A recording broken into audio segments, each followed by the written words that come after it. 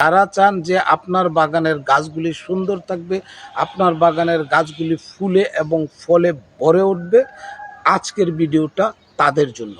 প্রিয় দর্শক, আজকের ভিডিওতে কথা বলবো গাছের খাদ্য নীতি নিয়ে। এই খাদ্য নীতিতে আপনি গাছকে কিভাবে খাবার দিবেন, কতদিন পর পর খাবার দিবেন, কি খাবার দিবেন এবং কতটা খাবার দিবেন, এই বিষয়গুলি নিয়ে প্রিয় দর্শক আজকের ভিডিওতে বিস্তারিত আলোচনা করব। সুতরাং প্রিয় দর্শক, পুরো ভিডিওতে মনোযোগ সহকারে কান এবং চোখ রাখুন। ছাদ বাগানে আমরা যারা টবে কিংবা বস্তায় চাষ করি, এখানে কিন্তু একটা সীমিত মাটি, এই মাটিটা বাহির থেকে কোনো সাপোর্ট পায় না। ছাদ বাগানের এই গাছগুলিতে যদি আপনি নিয়মিত খাবার না দেন, তাহলে কিন্তু গাছগুলি সুন্দর থাকবে না, ভালো ফল দিবে না। তো প্রিয় দর্শক, গাছকে সুন্দর রাখার জন্য এবং ভালো ফল দেওয়ার জন্য গাছে খাবার দিতে হবে। তো এখন এই গাছে কি খাবার দিব, কিভাবে দিব, কতটা খাবার দিব, এইটা আমরা অনেকেই জানি না। এই খাদ্য নীতির মধ্যে আপনি গাছে কিভাবে খাবার দিবেন এবং কতটা খাবার দিবেন, কি খাবার দিবেন, কয়দিন পরে খাবার দিবেন। প্রিয় দর্শক, দেরি না করে চলে যাব মূল আলোচনায়।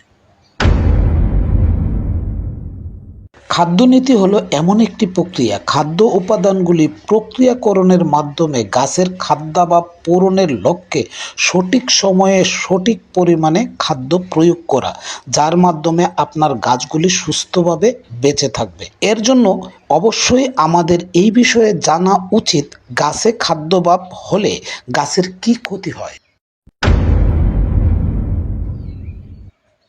প্রিয় দর্শক, গাছ যদি তার প্রয়োজন অনুযায়ী খাবার না পায়, তাহলে গাছের বৃদ্ধি কমে যায়, গাছের ফলন কমে যায়, গাছে পোকা ও রোগের আক্রমণ বৃদ্ধি পায়, এক সময় গাছটা মরে যায়। সেজন্য প্রিয় দর্শক, আমাদের অবশ্যই জানতে হবে গাছে আমরা কিভাবে খাবার দিব, কি নিয়মে খাবার দিব। গাছকে সুস্থভাবে বাঁচিয়ে রাখার জন্য 1 মাসকে আপনারা 3 ভাগে ভাগ করবেন, তাহলে প্রতি ভাগে পড়লো 10 দিন। তো 10 দিন পর পর আপনাকে খাবার দিতে হবে। এবার 10 দিন পরে পরে আপনি কি খাবার দিবেন, এইটা নিয়ে এখন আলোচনা করব।